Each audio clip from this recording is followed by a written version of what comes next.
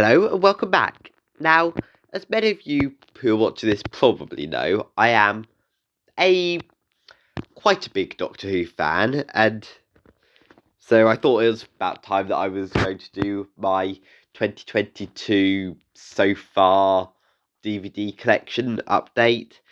Now, I did do a couple of these back on my previous channel that doesn't exist anymore, so this will be the first time that my extent of collection is shown. So I haven't got everything, and it's now become abundantly clear as I get to the more modern stuff. But at the moment, I have, well, all of these. So I also have the spin offs, Sarah Jane Adventures and Torchwood, but I'm just going to mention them and not have to dig them up. So let's begin. So starting off, I have the Beginnings box set, which is An Unearthly Child, The Daleks, and The Edge of Destruction. I would say that they are all worth a watch, but if you're more familiar with the show in the modern era, it's very, very different, and it's much more of a setup than, say, things would be later on. In fact, the Daleks story, although regarded as an absolute classic, it's 7 parts, and it's probably about 3 parts too long. But, yeah, I'd say they're well worth a watch, but don't expect it to be anything like the modern era. It's mainly there to introduce the characters and the premise and what the overall show was back in the early 60s. Moving on, we've got the Aztecs, the Sensorites, and Reign of Terror. Now, these I've had the longest out of any of my 60s DVDs, because I was started collecting from the 70s, but I ended up having these brought for me as a present one time. And the Aztecs and the Reign of Terror are both examples of the pure historical stories that were heavily prominent in the William Hartnell era, and although they were featured briefly at the end of the start of the Troughton era, and also there was a random one in the Fifth Doctor's era, they are very much a staple of what the show was back when it began. I've also got the Sensorites, which there isn't really a lot to say, but it is the Sensorites. It's there. Also, the Reign of Terror is one of the many that I've got that are animated because of the BBC's junkie policy back in the 1960s. Moving on, I'm going to some purchases I got this year. The Rescue and the Romans. Now, I had seen the Romans before. I watched that August 2020 via Dailymotion. I'm so used to calling Dailymotion as an in-joke. But yeah, so I've seen the Romans, but I got that in the Rescue, and they are, again, the Rescues is setting up the new companion Vicky, and the Romans is one of the pure historicals, but it's also got quite a lot of humour in it, so yeah. Now onwards to one of the more disliked episodes in the Hartnell era, The Web Planet. Now, I quite enjoyed it. It's 6 parts, and for retro 1960s British sci-fi, it's quite good for what they try to do. However, I see why a lot of people really don't like it. The monster, the Zarbi, they've got slightly irritating beeping noises. And also they did smear Vaseline on the camera lenses to give it an outer space look, which, it was a decision. I'm not going to say whether it was good or bad, because that's up to personal preference, but it was a decision that was made back in the day. Next up, we've got the Space Museum and the Chase, which I also brought recently.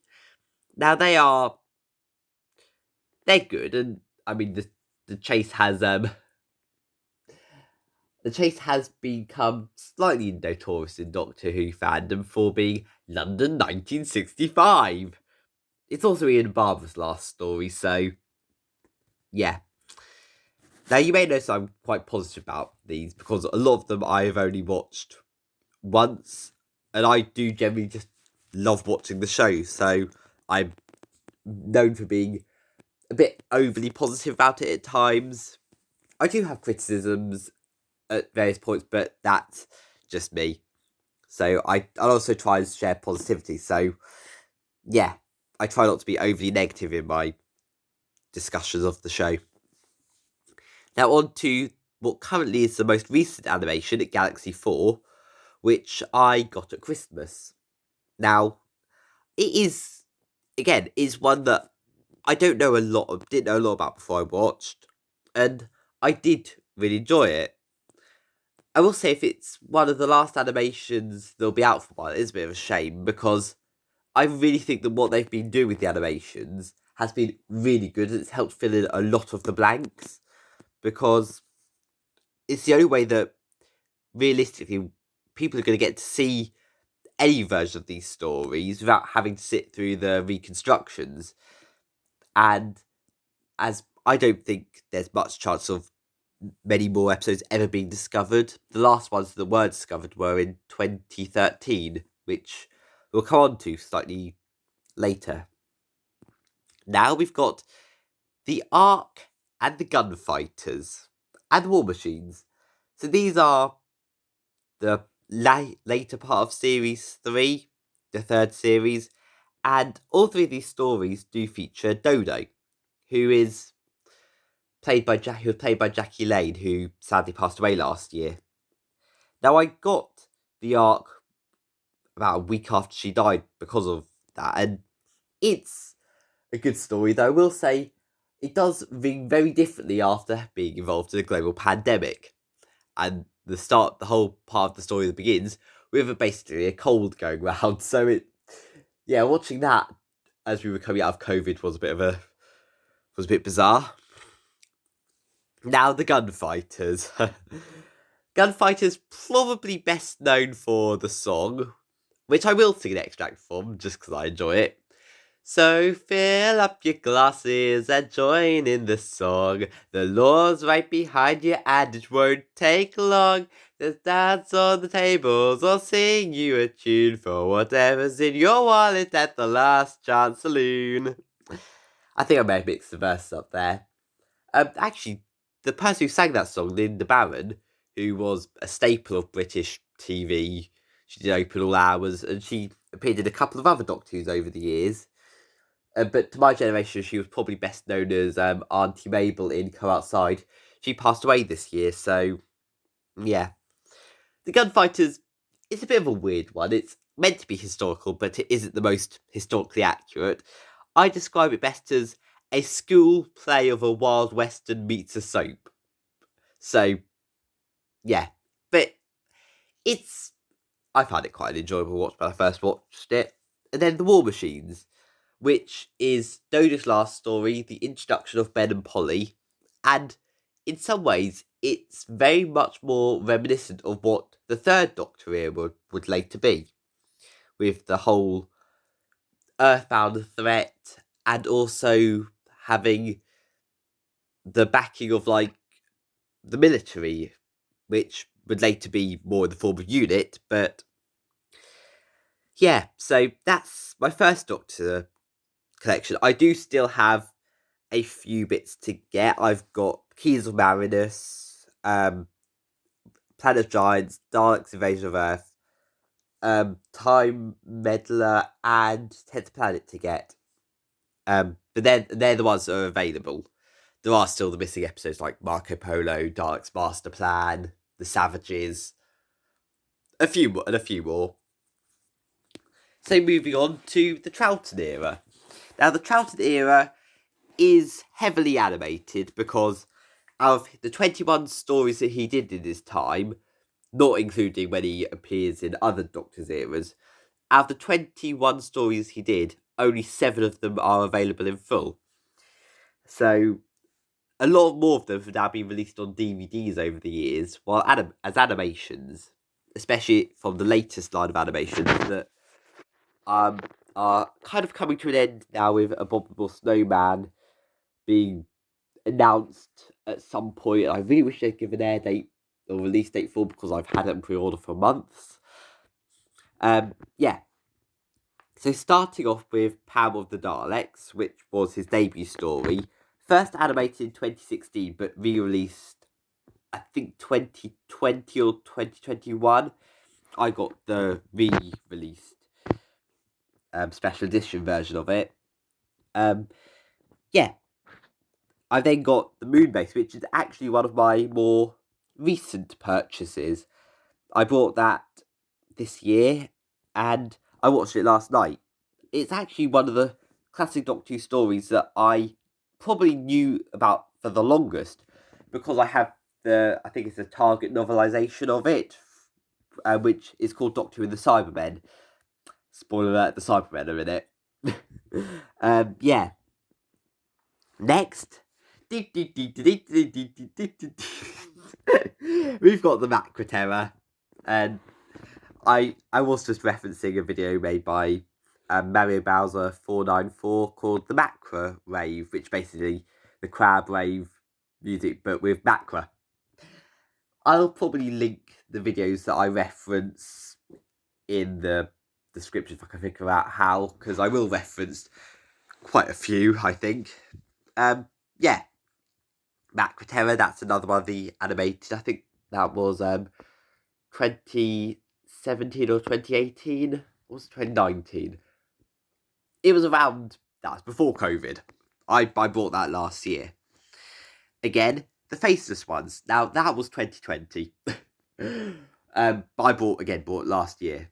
It introduced us to Samantha Briggs, who is a really good character. I kind of wish she'd stayed on, but oh well. And we've then got Evil of the Daleks, which is a heavily wanted story that I was glad when they animated last year. And yeah, I mean, it's 7 episodes, so it's quite long, but yeah. Now we're on to our first Troughton that is actually available in full, which is Tomb of the Cybermen. Yeah, this is one that, from what I've seen, has been heavily regarded over the years. And it, interestingly enough, I really enjoyed it and watched, I think, October 2020, November. It was around the end of 2020. But yes, and now, moving on to Enemy of the World, which was the most recent fully recovered story, which was recovered 2013. Now, I brought the re-release of it, I think, where they had special features, as they did rush out the original as soon as I found to coincide with the 50th. Again, I'd say it features more of the Pertwee elements than, say, some of the other Troughtons, especially from Series 5, which are a lot of Base Under Siege, which you'll probably see from the next couple of stories that I've got, which are Stuck in the Web of Fear with a Brigadier. Okay, yeah, I had to make my own reference there. So, Web of Fear, which is it's one that annoyingly has episode 3 missing, and it's the episode that introduces the Brigadier. Well, Colonel, but becomes the Brigadier, and everyone knows him as the Brig. So yeah, that was released. Well, it was announced November 2020 and was released in the August of 21, which was a very long wait. But I will say that although a lot of people really didn't like the animation, I thought it was alright, and I mean, I love the cover on the DVD for it, but I'm glad they've released it so that I can watch it. I mean, they did originally release it back in 2013 or something with a recon, but I'm not particularly one for watching the recons. Now, the first animations that I actually brought was Fury from the Deep, which was, I want to say that was autumn 2020. Again, I've only seen it once, and I did enjoy it. I just wish it hadn't taken me about 3 weeks to watch, as I just was really busy at the time. but it's an interesting story featuring giant seaweed and a base under siege. Now, moving on to possibly one of the more experimental stories in the Doctor Who 60s edition, which is The Mind Robber, which basically, due to the previous story, The Dominators, which I don't own, having an episode that was cut due to basically not having enough plot to fill it, they had to fill the gap with The Mind Robber. And the first episode itself is probably one of the best episodes of it. It's also the story that probably got me into classic Doctor Who, as I remember watching it on the Horror Channel, probably about 2014 or 15-ish. And from that moment, that's what got me into classic Doctor Who, I guess. So, yeah. Good story. Then we've got The Invasion, and I've just realised that the camera's upside down for these ones, so I might have to flip that, see if that works. No, that probably didn't work. Oh well. Sorry about that. The Invasion, which is an 8-part story, got that at Christmas. Again, good story. Probably didn't need to be 8 episodes long, because it does take multiple watchings for me, because I can do about 4 at most in a day. Yeah, I'm not particularly brilliant with long watches. And then we've got The Seeds of Death. Not The Seeds of Doom, as I keep on calling it. The Seeds of Death. Starring the Ice Warriors, everyone's favourite monster from Mars. Well, I say everyone's. Debate's still out on that, because I'm pretty sure some people prefer the Flood. I don't. Water Mars terrifies me. More on that later. Seeds of Death. Got that in one of the revisitations box sets, which they're a good trio of box sets to get if you want some good classic Doctor Who. Maybe not every episode in it's the best, but it gives you quite a variety of stuff from 2nd, 3rd, 4th, 5th, and 8th. So, yeah, they're good box sets to get. And onwards to the Pertwee era. So, I am missing a few Troughtons, like Dominators, Crotons, Ice Warriors, War Games, and I've got Abominable Snowman on pre-order. So, yeah, I've got a few Troughtons left to get, but moving on to the first Doctor that I have in full, Jon Pertwee, who actually was the Doctor that I began collecting with, and his debut story, Spearhead from Space, along with and Doctor with the Silurians, Inferno, Terror of the Autons, and also Warriors of the Deep, were my first ever classic Doctor Who's that I brought. Which I brought way back in about the February of 2016. So I've been collecting these for a while. So Spearhead from Space is probably one of my favourite Pertwee stories.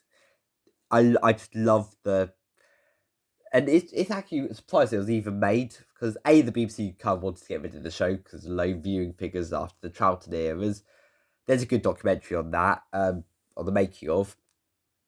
Also, there's strike action, which basically meant they couldn't even film in studio, so it was all done on location, which means and actually the camera work and usage in Spearhead from Space means it's probably one of the best looking classic Doctor Who's out there. So, moving on to the Silurians, first introduction of the Silurians, which have reappeared throughout many a time in Doctor Who. Yeah, I don't really have a lot to say about that one. Or Ambassadors of Death, which was in the second batch I brought alongside the Daemons. Ambassadors of Death, it's good, I think, but again, like most of Series 7, it's 7 parts, so I rarely revisit. Same with Inferno. Inferno is actually probably the best out of the 7-part stories from Series 7. 7 for 7, eh? But even so, I do struggle watching it at times, even though it is really good, and the whole alternative universe thing is really good. Now we're going ahead a year and introducing Jo Grant and The Master in Tale of the Autons, which, again, has to be probably one of the Pertwees that I rewatched the most when I got it. So I do really enjoy that one. Now we're moving on to The Mind of Evil, which although I'd owned for years, I didn't actually finish watching in full till 2020, which wasn't necessarily a good thing because it took me so long to watch, but it's enjoyable. Same with Claws of Axos, which, I mean, they're a striking design. I wonder if they will return one day. I wonder if Russell T Davies will bring them back. That'd be good. Colin in Space, which is usually probably one of the weaker stories of Series 8, but I quite enjoyed it. And possibly one of my favourites from the Pertwee era, the Daemons. I'd love to visit the village they filmed that in, because the location is just brilliant. It's 5 parts, so a bit more than your average, but not as much as some. So yeah. Now, moving on to Day of the Daleks, which I've only seen once.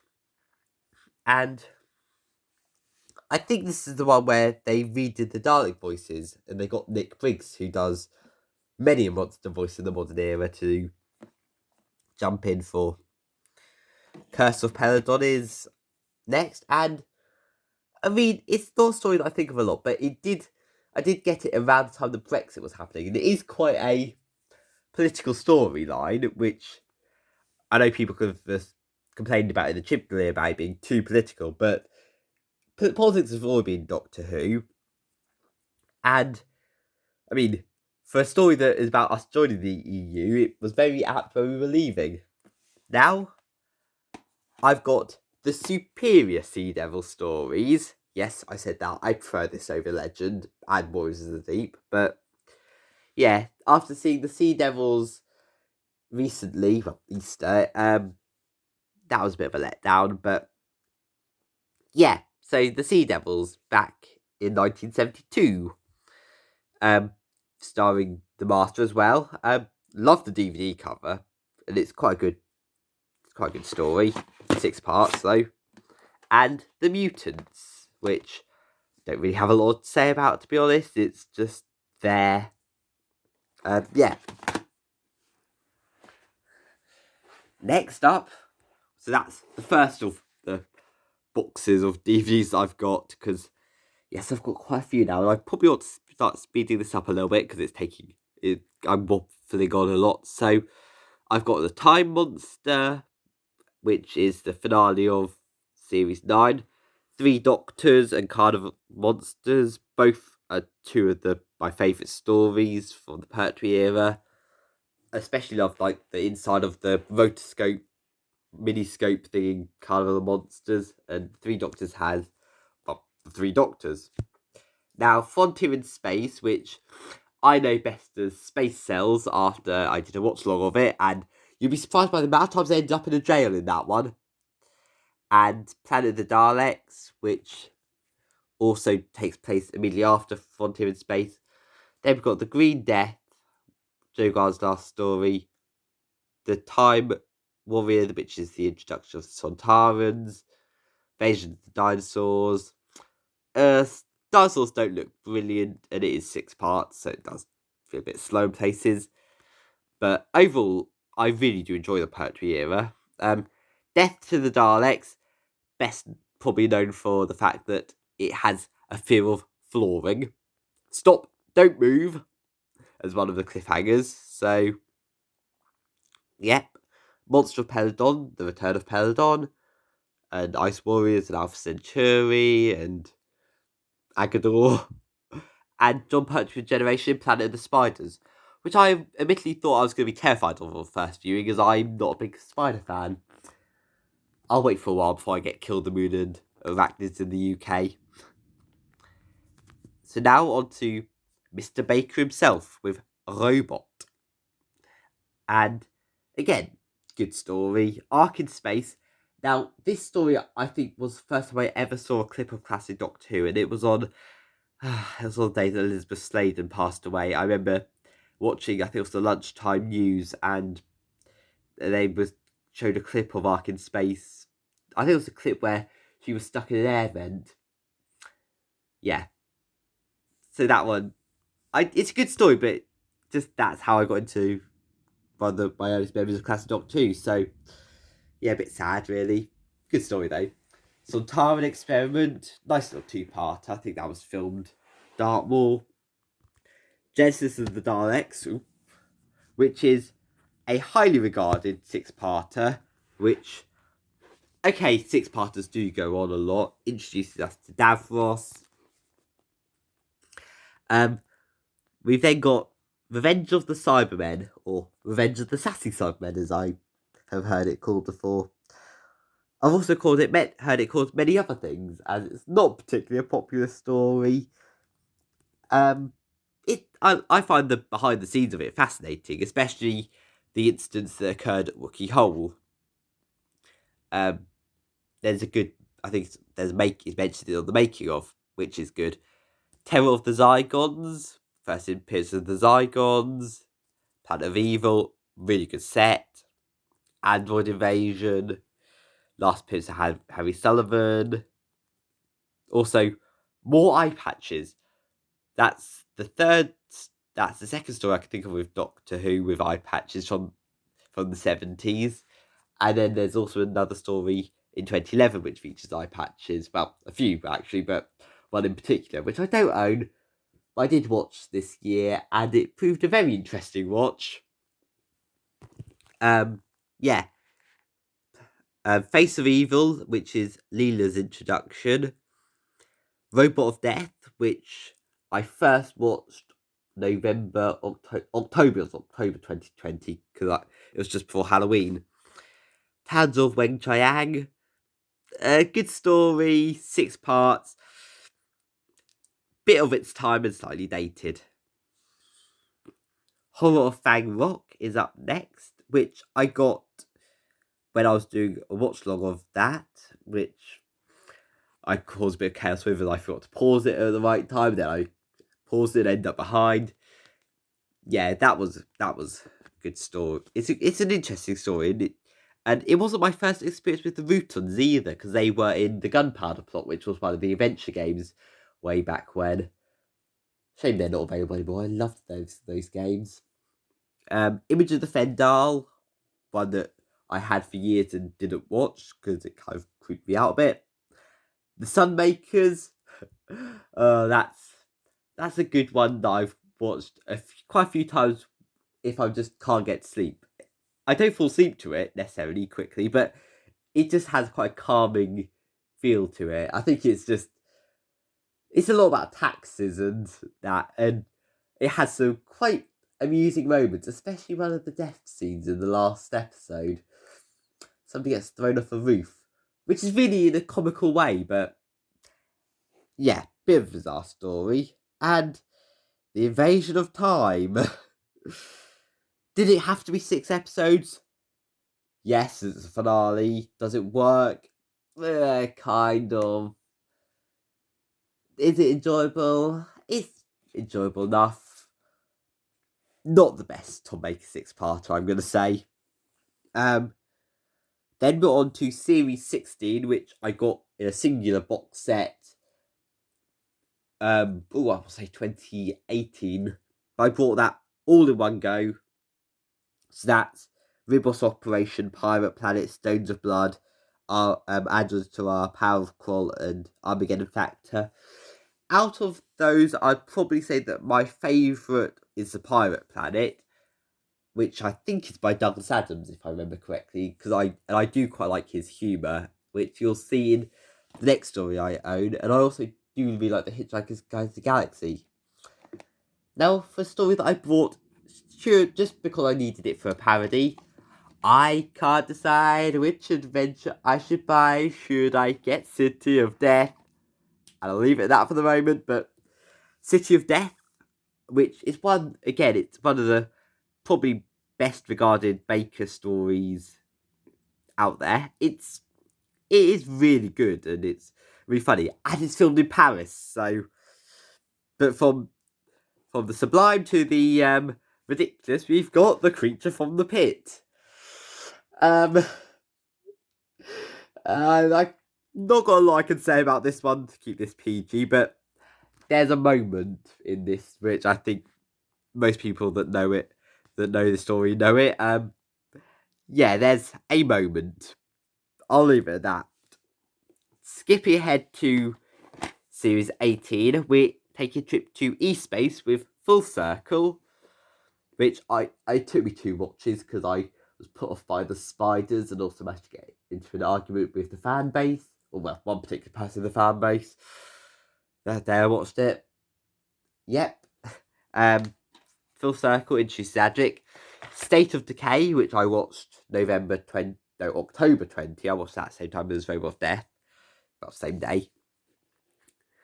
I really like the look of this story, just the whole vampires and middle age kind of almost setting.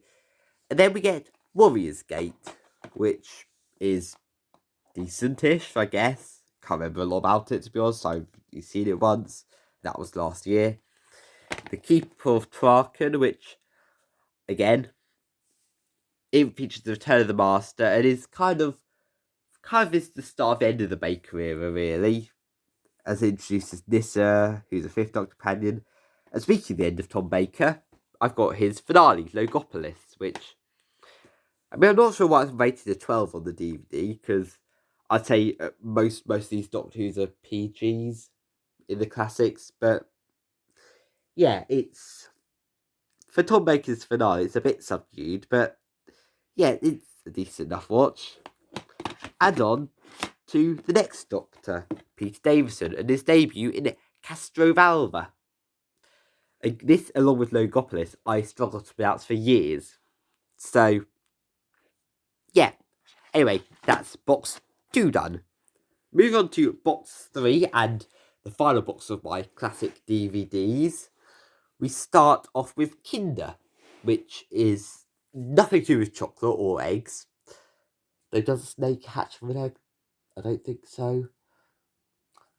I'll get back to you on that one. Biology is not my strong point.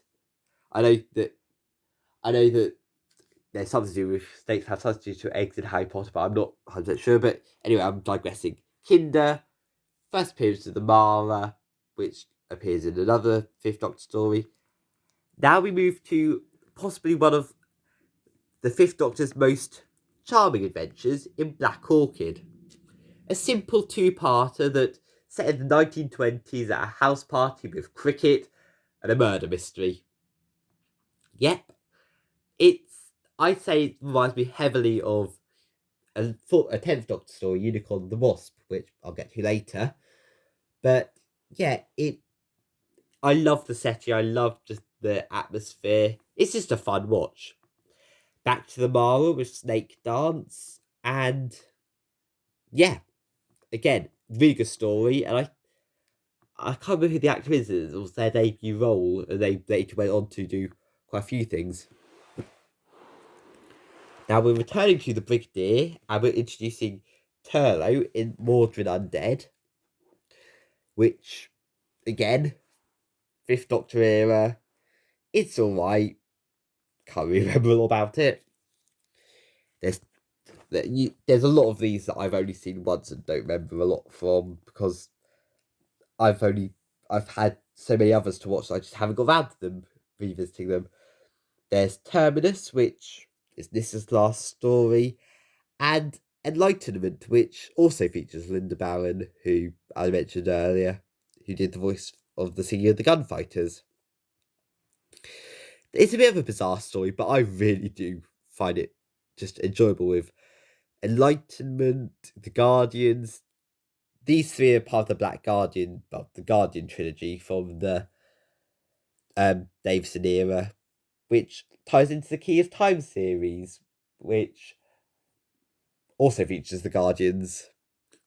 But Enlightenment is probably my favourite of the trilogy. Warriors of the Deep.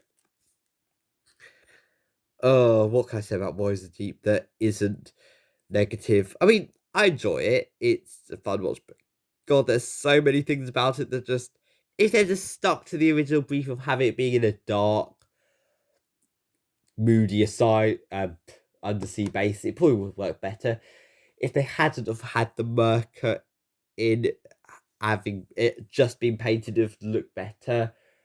If they hadn't have had the karate scene, I mean, it's got its charm, I guess, but it did heavily start the downfall of Doctor Who, and Michael Grade, who is notoriously wanted Doctor Who axed, I think did play a huge part in axing it. He very much brought up the Merc as an example of why Doctor Who should be axed. Thanks a lot, Margaret Thatcher, for calling a snap election restricting BBC studio time. Then The Awakening, another of the Davison two-parters, again set around a village, and this time it's set in the 1980s, but also has time travel to the English Civil War. Yeah, I need to rewatch that one to fully understand it. And you know how I mentioned City of Death earlier, my parody? Well, here's the other one that I got for the parody. I got Frontios instead. Yeah, Frontios, it's good. I mean, it's a bit bizarre with the ground eating people and these tractator things, and I lost the plot a bit by the end of episode 3, so I ought to rewatch. Now on to probably two of the darkest Doctor Who stories from the Fifth Doctor's era. We've got Resurrection of the Daleks and Caves of Androzani. I watched both of these around the time of the World Cup last year. Or was that the Euros? It was whatever the big football event last year was. And they're good, but very, very dark in places. Resurrection is Tegan's last story, and Caves of Androzani is when Davison leaves. Yeah, not a lot to say about them except for watch them, but don't expect to come out of them feeling like you've had a nice, happy adventure. Moving on from an ending to a beginning, we've got The Twin Dilemma, which, oh dear, it's watchable, I guess. I mean, it's got the Doctor strangling the companion. Yeah, the Sixth Doctor era just had a lot of production decisions that made me go, why? But yeah, Twin Dilemma. Now moving on to two stories that I brought recently, but just haven't had a chance to watch yet. We've got Attack of the Cybermen and Mark of the Rani. Mark of the Rani I actually brought 3 weeks ago, 2 weeks ago, not that long ago. But both of them I brought this year, and I'm looking forward to watching. But yeah, The Two Doctors, which features the Sontarans in their final classic appearance. It also features the Second Doctor as one of the two Doctors alongside the Sixth, Jamie McCrimmon, and Seville in Spain. So, yeah, it's 3 parts, so at 45 minutes, which makes it a bit of a slog to watch. So I'm going to be honest, because they do go on a bit. The 45-minute structure works much better in the modern era. Now we're moving on to the Trial of a Time Lord series. I've got all 4 parts: The Mysterious Planet, Mind Warp, Terror of the Vervoids, and The Ultimate Foe. Beset with production issues and behind the scenes fallouts and a lot of behind the scenes things. It's a miracle this series even existed, and it isn't actually too bad a watch. I mean, my main experience with it is Terror of the Vervoids, which was the first bit of it I owned, and I do really enjoy it. And it's also that DVD's got a really good documentary about cliffhangers on. On to McCoy, and again, Time of the Rani, which I've only just bought and haven't watched. Well, I say I haven't watched. I think I watched part 1 on Daily Motion years ago.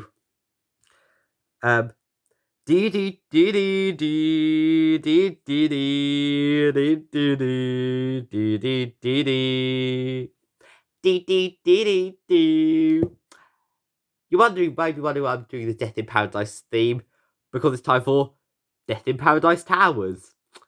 Again, that's a brilliant video, and I suggest you watch that one. But Death in Paradise, Paradise Towers. I'll get them in a moment. Paradise Towers is, yeah, it's very Series 24. It's a bit silly in places, bit bizarre. I mean, it's got cannibalistic grannies. Now that's a sentence I don't think I was going to say today. Cannibalistic grannies. Yeah.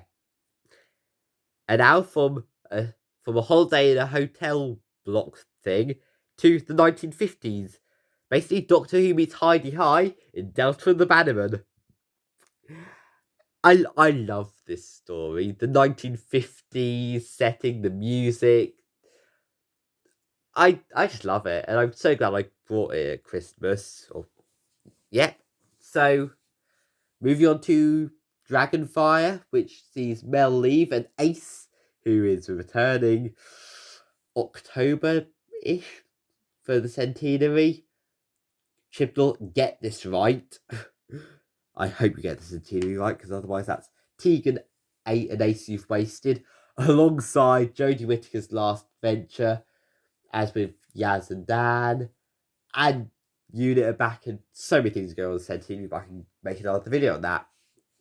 Remembrance of the Daleks. Really ought to rewatch this one, as I really can't remember the ending. Yeah, but it features the Daleks in their final appearance in the classic era.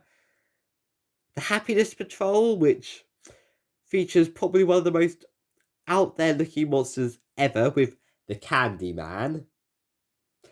That provides a few interesting reactions to it. It basically looks like a giant Bertie Bassett, Licorice Allsall. So, yeah. The Silver Nemesis, which isn't most people's favourite Simon story, but actually I don't mind it. I think it's decent. And now we're going to the greatest show in the galaxy. God, I really can't rap. Why do I even try? But I recently bought a figurine of the Chief Clown in Greatest Show in the Galaxy, and I really love the circus theme and the circus. I find it a fascinating story to watch, and it's quite creepy in places. And we're now skipping ahead to McCoy's final few stories, which is Curse of Fenric, which I think I've only seen the DVD movie version, so I probably ought to watch the actual episodes of that. Get around to that, I think. And then Survival, which is the final appearance of Ace so far, and we're heading at the end of the classic era. But the story goes on, as we then got the TV movie, which sees McCoy regenerate to Paul McGann, and the Master tries to destroy the world in San Francisco at the turn of the millennium. Yeah. I'm not going to say much about it, as my first viewing experience, I didn't necessarily get it. I found that the ending did drag a bit. But we now head over to the modern era, where we have Series 1. I have all Series 1, from Rose to Party of the Ways. I've then got Series 2, which starts with the Christmas Invasion on the DVDs, but New Earth. Got Sarah Jane's return in School Reunion, Girl in the Fireplace. The Cybermen returning.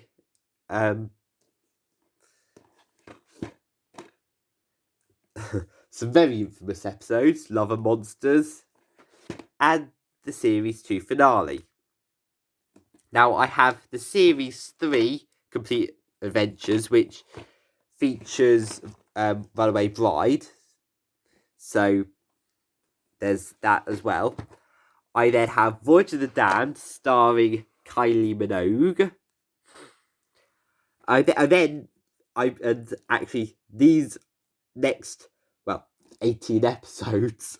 I bought recently in a CEX for, I bought, so that was probably my biggest amount of Doctor Who DVDs I bought a day, because I bought all of these plus the 2 Riley stories. So I've got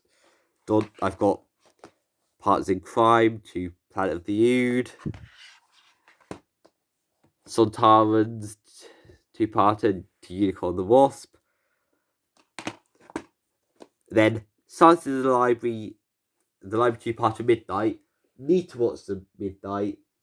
Kind of scared to, actually.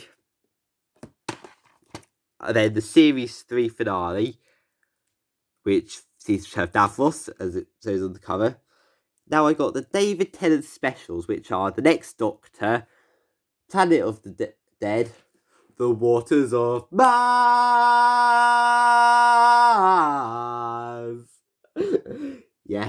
Had to throw in a reference to a parody of Life on Mars by David Bowie, hence Bowie Base 1, that Clacker the Geek made. That's a good video. But yeah, so I've got that, and also David Tennant's exit in End of Time Part 1 and 2. Now, moving on, this is where my collection kind of gets to the end with the Matt Smith era. I have the first 3 episodes of Series 5, and I have the first half of Series 6, so The Astronaut, 2-parter, 2, Good Man Goes to War. Actually, all my modern Doctor Who DVDs I've bought either in charity shops or CX, or even a couple of like garage sales, so car boot sales. So they are out there, and yeah. So sorry for the extremely long video, but that is my Doctor Who collection as it stands in June 2022. I'll see you for the next video, and maybe this time next year I'll get another DVD collection. Until next time, Alon Z.